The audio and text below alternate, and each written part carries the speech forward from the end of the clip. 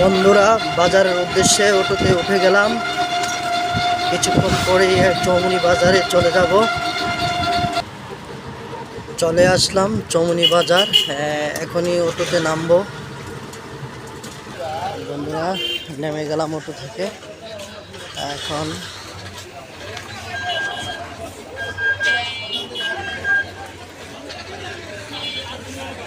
দেখেন, ঢুকে গেলাম, বাজারে ঢুকে যাচ্ছি।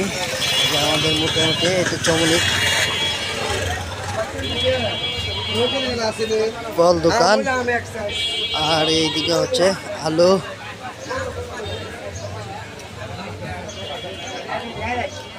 আজ বাজার, ঈদের বাজার, মানুষ খুবই কম। মানুষ বলতে গেলে একদমই নাই। এখন ঢুকবো, তরকারি বাজারের দিকে যাব।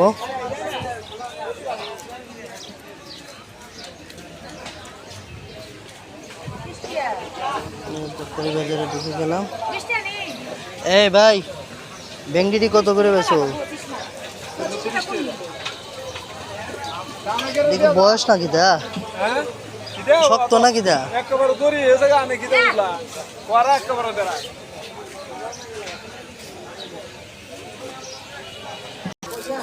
আসলে ঈদের বাজার, বাজারে একদমই মানুষ নেই, একবারে ফাঁকা বাজার।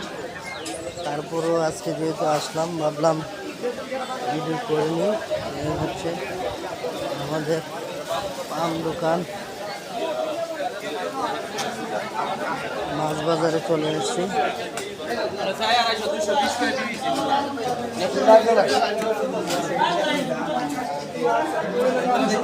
তেলাপিয়াটা কত? আর কি দেখো, না না সাইডের দাম তো বেশি হয়। আমি তো না না 80 আড়া দিনে বেশি, আজকে 10টা বেশি দেন না। আচ্ছা, দেখতে লই অন্য মাছ আছে কি?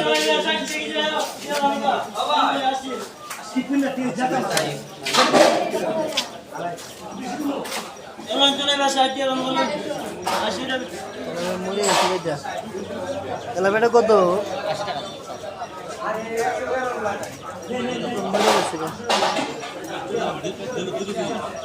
না না দেখতে লই, দাঁড়ান।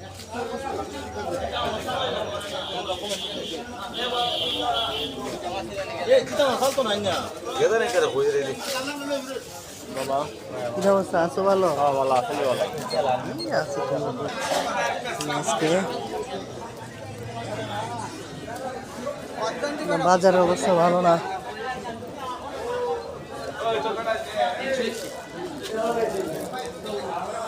মানুষ কম, মালামালও কম।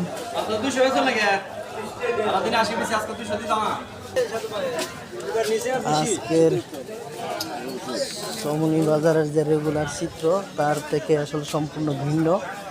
আজকে যা দেখতেছেন চৌমুনি বাজারের বৈশিষ্ট্য কিন্তু তা না। চৌমুনি বাজার খুব জমজমাট একটি বাজার, মানুষে ভরপুর থাকে, এবং এটা হচ্ছে আমাদের হবিগঞ্জের মধ্যে অন্যতম বড় একটি বাজার। তো ধন্যবাদ সাথে থাকার জন্য, ভালো থাকবেন।